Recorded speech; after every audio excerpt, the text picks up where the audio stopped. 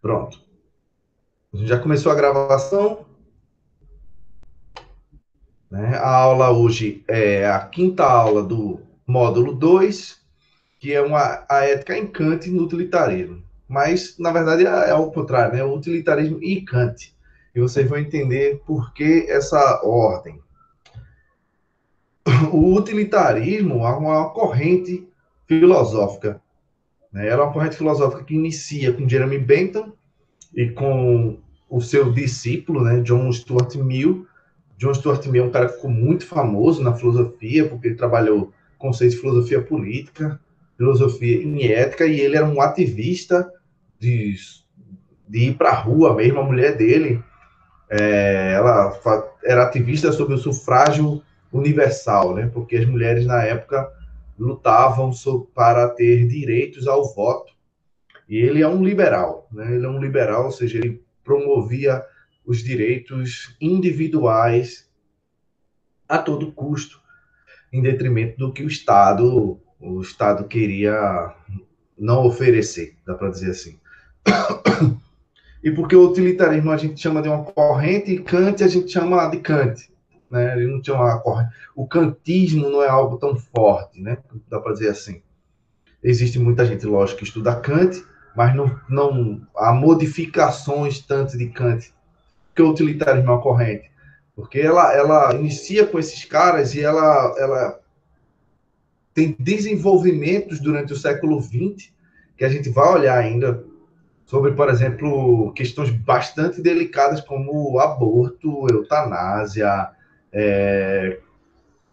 consumo de carne dos animais, que a gente vai ver com um filósofo chamado Peter Singer.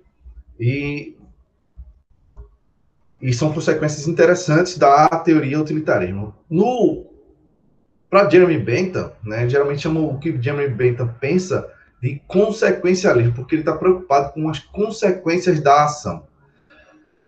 Se a gente for fazer um contraposto entre o que veio, tudo que veio antes, vê como um negócio interessante, né? A gente passou um tempão estudando as teorias que trabalham dos gregos sobre virtudes, principalmente com Aristóteles, né? Que o homem ético é aquele cara virtuoso. Isso tem um legado que passa durante a Idade Média. E essa reversão do ético como virtuoso sofre um baque com Maquiavel na política e só vai ser alterado em ética mesmo, né? Vai ter uma contraposição forte quando a gente pensa em Spinoza, de dizer que vai tratar os afetos como algo imanente ao mundo, ou seja, o bom e o mal não é nada à parte, mas do mundo. Ou seja, já tira um pouco dessa ideia de ser virtuoso para tratar do bom e o mal como ações, como coisas que acontecem no mundo. E o consequencialismo vai pensar assim que há ações que podem ser chamadas ou pensadas como ruins, num ponto de vista talvez cristão, como Maquiavel trabalharia, mas no ponto de vista das suas consequências, elas vão determinar se algo é realmente ético ou não, bom ou ruim. A ideia tem um mote dentro do consequencialismo de Bentham, que é agir sempre de forma a produzir a maior quantidade de bem-estar, né? Você tem que ter uma ação ética que ela produza uma maior quantidade de bem-estar, mas não é só uma maior quantidade de bem-estar para você. Tem uma espécie de cálculo que a gente pode pensar, consequencialista, que é pensar assim, a quantidade de prazer que está sendo oferecida, está sendo fornecida, dá para dizer assim, tem que ser para maior número de pessoas no maior número de tempo. Então, retomando o exemplo que eu utilizei sobre a pandemia, né? Um governante, por exemplo, ele vai ter dificuldades de lidar, ele poderia ter dificuldades de lidar com essa questão da ética nesse momento delicado. E se houvesse uma escassez de alimento, por exemplo, o governante poderia chegar e impor uma lei de dizer que, sei lá, somente vai ser vendido 3 quilos de carne, 2 quilos de carne por semana, por família, né? 1 quilo de feijão por semana, por família. Limitar, fazer uma espécie de cesta básica por família. Então, entregasse cesta básica, né? Pronto, você só vai ter essa alimentação. Por quê? Aí alguém, provavelmente um liberal, pessoas adeptas do liberal, vai ficar muito, muito puto da vida. Quer dizer, você está ferindo minha liberdade de compra, minha liberdade de escolha. E o governante poderia dizer, eu estou ferindo, porque minha ideia é que o máximo de pessoas comam.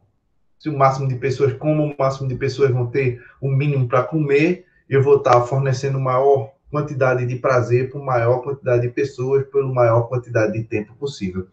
Ou seja, se eu deixo livre, você pode comprar toda a carne do estoque, comer tudo, estragar alguma parte, inclusive, e outra pessoa morrer de fome. Ou seja, eu proporcionei um grande desprazer para aquela pessoa que morreu de fome, em detrimento de um mínimo de pessoas que compraram tudo. Ou seja, um monte de gente pode morrer, enquanto o mínimo teve a barriga cheia, inclusive desperdício de alimento. Então, dentro dessa ideia consequencialista, a consequência da ação é ao limitar o que as pessoas devem comer. É algo, se for tomado abstratamente, como algo muito ruim, mas nas consequências dela, em determinados contextos, pode ser algo que realmente favoreça o bem-estar da maioria. Portanto, dentro do consequencialismo, nem sempre a ação que a gente toma a ação tem que ser tomada sempre em situação, não abstrata. Né? Se ela for tomada em abstrato, ela é vista como algo bastante ruim. Ela pode ser vista como bastante ruim em abstrato. Né? Então, uma ação é sempre pensada na consequência, e o que é ético é aquilo que, no final das contas, é as consequências da ação. O que é ética? É a consequência da ação. Então, muita gente pensa que é difícil, críticos ao consequencialismo, vão dizer que é muito difícil você saber quais são as consequências da sua ação. Talvez você consiga ver o de imediato, mas e depois? É muito complicado o consequencialismo nesse ponto de dizer quais são as consequências exatas da minha ação. Que tipo de consequência ética pode ser negativa que eu não estou vendo? É difícil de pensar, de tomar um rumo se a gente for pensar nisso. E Jeremy Bentham, né, levanta essa bola que John Stuart Mill vai trabalhar sobre o utilitarismo, numa modificação que ficou conhecida como utilitarismo. Vocês estão acompanhando tudinho? Vão aí para o chat para ver se está tudo certo. Está tudo acompanhando? Beleza, porque eu fechei a porta aqui, vocês estão vendo? Fechei a porta, a internet, estou com medo que ela diminua demais. Diminua demais. Mas pelo jeito, tá tranquilo, né? Então vamos embora 10 anos. O, o que Jeremy Bentham fala de consequencialismo, o John Stuart Mill vai falar de utilitarismo, que vai ficar mais estigmatizado justamente esse termo, no sentido de pensar que uma ação ética ela só é boa quando ela é útil. O que é ser útil? É o proporcionar o maior prazer para o maior número de pessoas com a menor dor possível. Se a gente for pensar, ele como se ele tivesse pego, na verdade, o consequencialismo de Bentham e fosse lá atrás de Epicuro, pensar naquela ideia de o que é ser feliz em Epicuro? É você ter a ausência da dor. O prazer é a ausência da dor. Então, é como se ele estivesse dizendo, as consequências das ações são boas se ela tiver o menor dor possível. Não adianta eu promover um maior prazer se a dor for muito grande também. Epicuro deixa isso muito claro, né? Que alguns prazeres são muito fortes, portanto nocíveis, porque eles são muito vorazes e se transformam rapidamente em desprazer por causa do tamanho da proporção que ele arrecada. Então, num cálculo utilitarista, né, quanto mais prazer e menos dor, aí sim é algo útil. Aí sim que é útil. E nessa ideia de menos dor como ao prazeroso, né, o prazer como ausência de dor, no sentido epicurista, a gente pode pensar isso como uma promoção da felicidade. Então, que é fazer algo ético? É utilizar o maior prazer para o maior número de pessoas, visando essa felicidade como uma vida espécie de uma vida tranquila, uma ataraxia, né, uma imperturbabilidade. Então, ser ético é pensar sempre como a ação pode ser útil. Útil no sentido de que ela vai proporcionar prazer com pouquíssimo desconforto. A gente poderia chamar de poucos efeitos colaterais, né? O efeito colateral tende a ser pequeno. Isso é complicado, né? A gente pode pensar, sempre leva em escala também o tempo, que está lá no consequencialismo de Bentham. E isso, por exemplo, no caso do aborto, que foi polêmico esses dias, a gente pensar, se você deixa uma menina que não quer aquela gravidez, inclusive que ela não tem condições biológicas de lidar com aquilo, porque é muito nova. Se ela for ter um filho, e o filho for para adoção, por exemplo, ela vai ter, pode gerar um desprazer gigante para ela, por um tempo gigante, que talvez seja a vida dela inteira, e talvez um desprazer imenso também para a criança que talvez nunca conheça a mãe biológica. E, nesse caso, a ação talvez útil, que seja a melhor, seja o aborto, porque o aborto seria uma interrupção da gravidez que vai causar a menor dor possível. Entende qual é o cálculo utilitarismo, como é que funciona? Isso vai ser retomado pelos filósofos mais atuais, que tratam de ambiente e dessas questões biológicas e filosofia da vida, né? Uma bioética, que a gente vai tratar nas últimas aulas. Entende que é um cálculo, dentro do utilitarismo, é um cálculo realmente mais simples de tomar, quando a gente pensa no termo de aborto.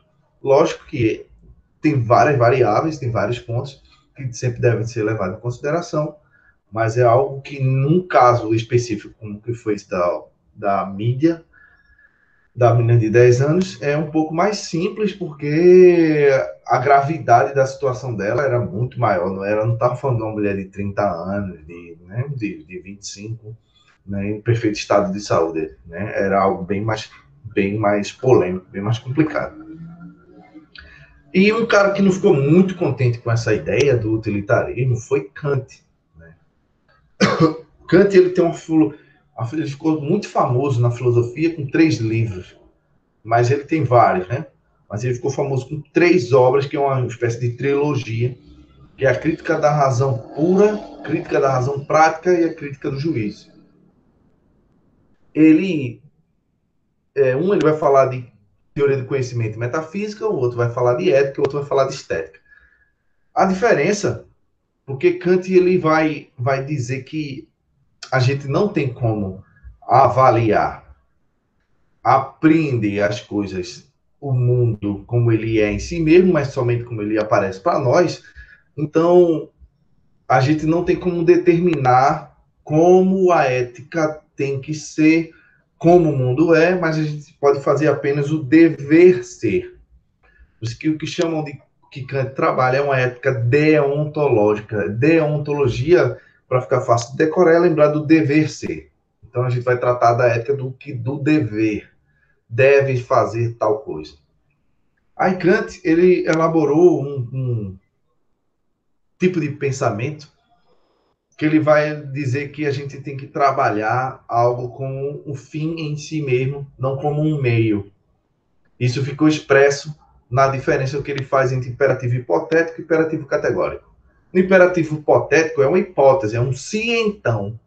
Se eu realizo X, então minha ação vai ter que ser Y. Para Kant, isso era muito complicado, porque ela não tratava as coisas como um fim em si mesmo. Tratava como se fossem peças de um tabuleiro, né, de um jogo. Se eu quiser, por exemplo, erradicar uma doença, eu poderia, na crítica de Kant, por exemplo, isolar as pessoas que estão doentes e deixar elas morrer, porque eu penso no maior bem-estar da maioria. Por exemplo, no caso da pandemia, né? Se a gente tivesse descoberto logo cedo, isolasse, sei lá, 30 indivíduos que a gente sabe que é que está doente, a gente isola 30 indivíduos que a gente sabe que está doente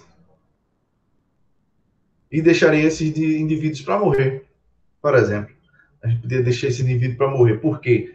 Numa ideia utilitarista, né, a gente ia estar proporcionando maior prazer para uma maior quantidade de pessoas com menor dano, né? 30 pessoas em relação a bilhões no mundo, milhões, né? A pandemia, por exemplo, já matou quase 1 bilhão, se eu não me engano, 800, não sei quantos mil. Então, seria 1 milhão, né? Seria um negócio interessante, né? Matou 1 milhão. Seria um negócio interessante você isolar 30 pessoas, morre as 30, morreu a doença junto, então a gente salvou um monte de vida. Para Kant, diz que mesmo assim, mesmo com essas boas intenções, a gente não estaria tratando o ser humano como ele é em si mesmo. Por isso que ele elabora um princípio que ele chama de imperativo categórico, né? A gente tem que trabalhar os princípios das nossas ações, eles têm que ser assim dignos de ser seguidos para todo mundo, né? Como se nossa ação fosse uma espécie de modelo que as pessoas podem seguir. A nossa ação tem que valer para nós e para os outros. Para nós e para os outros, né? Aí, como é que se formula esse imperativo? Ele aparece em versões distintas, a mais famosa, que é você, citando Kant, né, como uma lei universal. Você age de tal maneira que sua ação, através da sua vontade, tem que se tornar uma lei universal, né? Sua ação, ela tem que ser digna de ser uma espécie de lei mandatória, porque ela é extremamente racional, ela é o certo a fazer, ela é necessária, ela é obrigatória, né? Na deontologia sempre lida com esse obrigatório, necessário fazer, permitido, permitido, não permitido, né? A ideia de Kant é que nossas ações éticas sejam algo que seja uma espécie de lei que deva ser seguida. Na segunda formulação do imperativo, a gente, que aí já é pensando algo que fundamenta a ideia dos direitos humanos, né? Haja de tal forma que use a humanidade, tanto na tua pessoa como na outra, né? Sempre ao mesmo tempo como um fim e nunca como um meio em si mesmo, né? Por exemplo, essa fundamentação de Kant serve para inspiração para você não abolir a tortura, por exemplo. O que é tortura, né?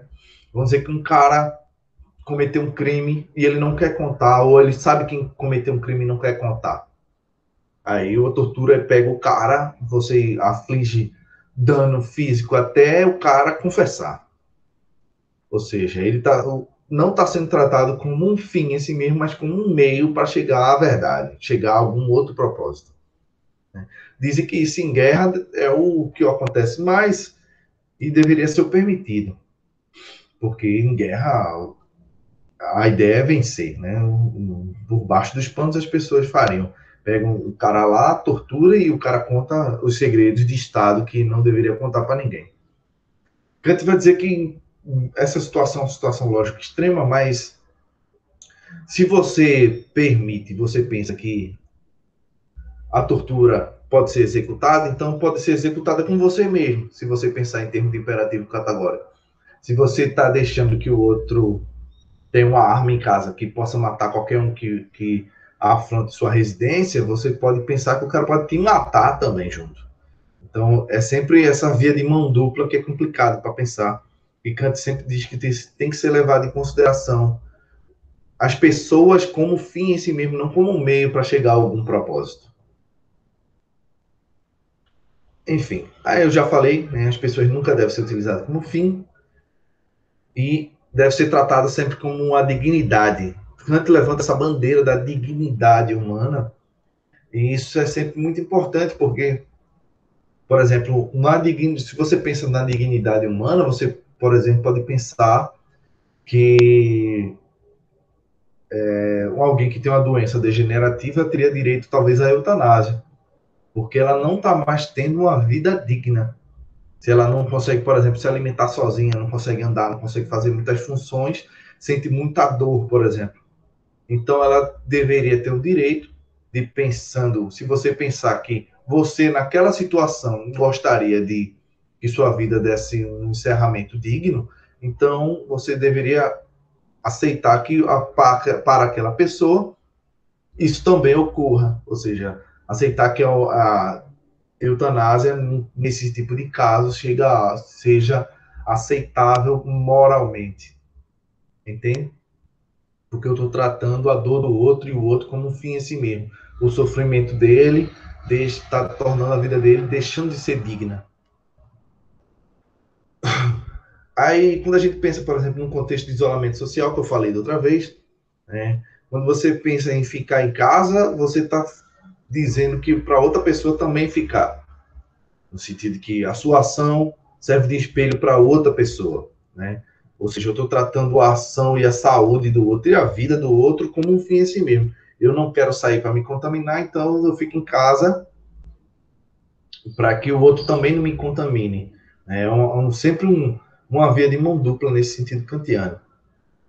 E é muito interessante, como eu falei na live, né, sobre filosofia em tempos de pandemia, essa ideia da escolha de Sofia, que quem estava lá viu. Escolha de Sofia é um livro, né, que dá nome a um procedimento médico que é justamente escolher quem vai morrer, quem vai sobreviver.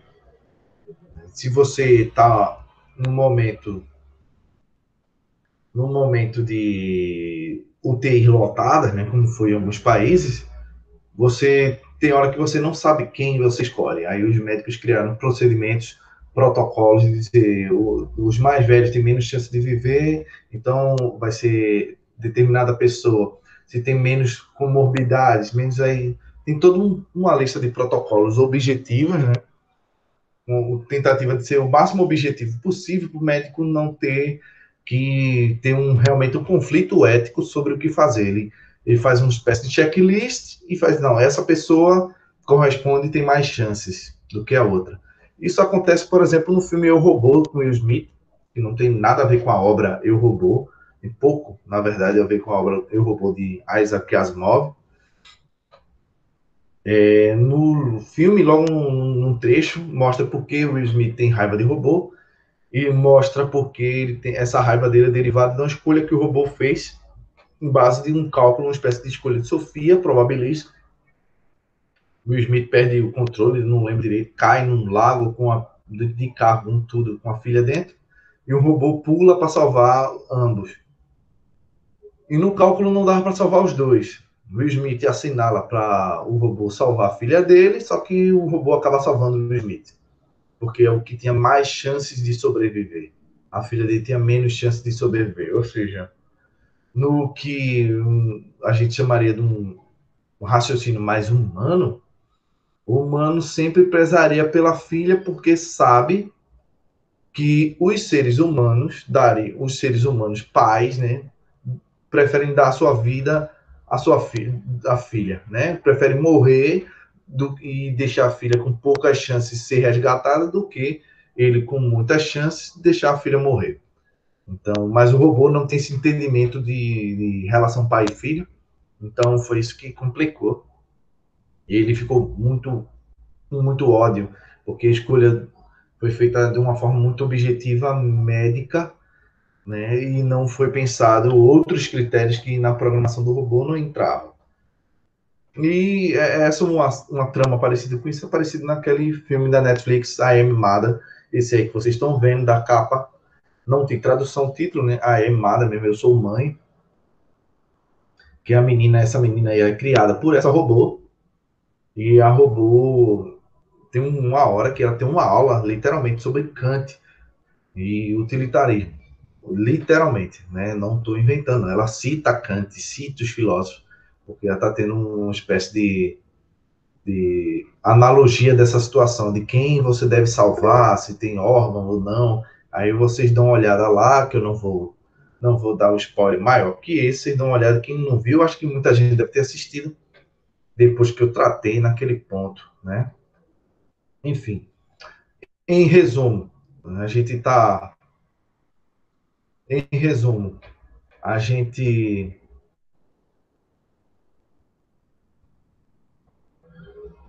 Emily falou aqui que o filme é muito bom. O filme é bom, bom força, assim. Poderia ter acabado melhor, na minha ideia, mas o filme é bom. O, dentro da lógica de Kant que a gente está vendo, né? A gente tem dois embates, né? Um, uma ideia de tratar a pessoa como um fim em si mesmo. Se você trata a pessoa como um fim em si mesmo, praticamente você inviabiliza, impossibilita o pensamento utilitarista. E vice-versa, não é? Porque se você diz que a pessoa não pode ser tratada como um meio, por exemplo, se vamos dizer que a gente tivesse uma única pessoa altamente contagiosa, a gente não poderia, por exemplo, matar essa pessoa para ela não contagiar todo mundo e houvesse um novo surto de uma outra doença pior, por exemplo. A gente não poderia simplesmente matar essa pessoa porque ela é tratada como um fim em si mesmo. Num cálculo utilitarista, isso é bem mais simples. Ele pelo menos prende essa pessoa para não sair para canto nenhum.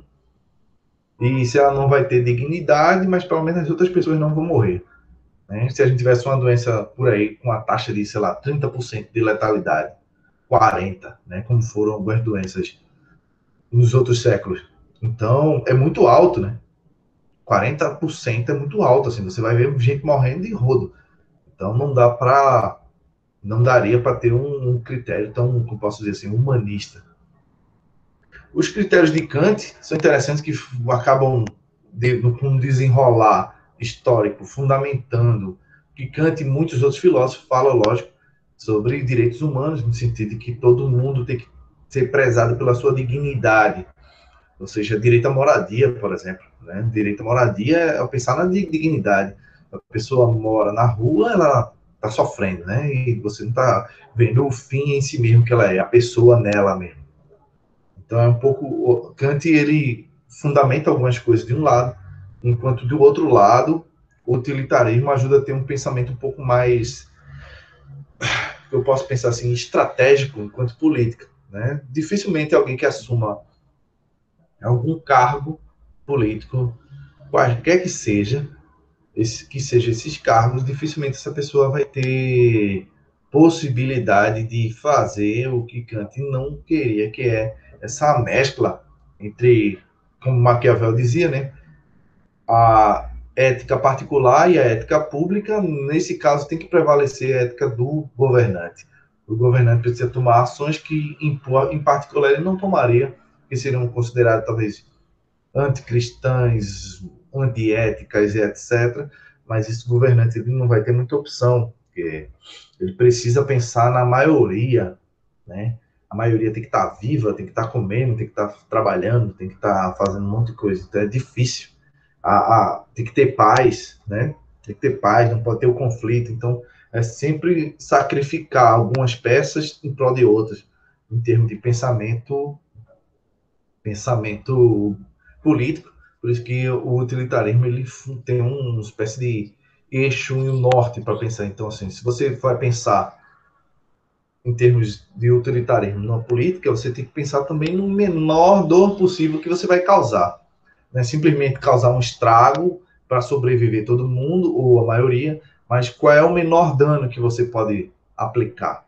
Então, são duas correntes distintas que a gente viu agora e a gente vai. É difícil de tratar, porque ora a gente às vezes é kantiano, ora às vezes a gente é utilitarista, porque na vida pessoal às vezes a gente está preocupado com resultados, ora a gente está preocupado com a pessoa em si. É difícil dessa junção, da junção entre É, um e mas outro. nesse Eu caso vou, eu aí, vou. eu acho que Oi. até quando a gente, eu acho que até quando a gente está sendo kantiano, a gente está sendo utilitarista, na verdade, porque até quando você está visando agir como uma pessoa em si, você está querendo, visando alguma eficiência, visando alguma produtividade. E então eu acho que dificilmente no dia a dia uma pessoa consegue ser kantiana, de fato. A maioria das pessoas são utilitaristas. É, é difícil porque o que Kant vai levar em consideração, leva em consideração também alguns valores que são prezados, muito arraigados na cultura da gente, como compaixão, por exemplo. Né? Compaixão é você ter um sofrer com o outro. Né? Se o outro está passando fome, você sente uma compaixão, você diz, não, vou alimentar essa pessoa porque Eu não queria ser como ela, né? Eu não queria estar no lugar dela, eu não queria estar naquele lugar. Eu sinto que o sofrimento dela é meu sofrimento, entende? É algo difícil, mas no cotidiano é difícil não ser realmente, de fato, utilitarista.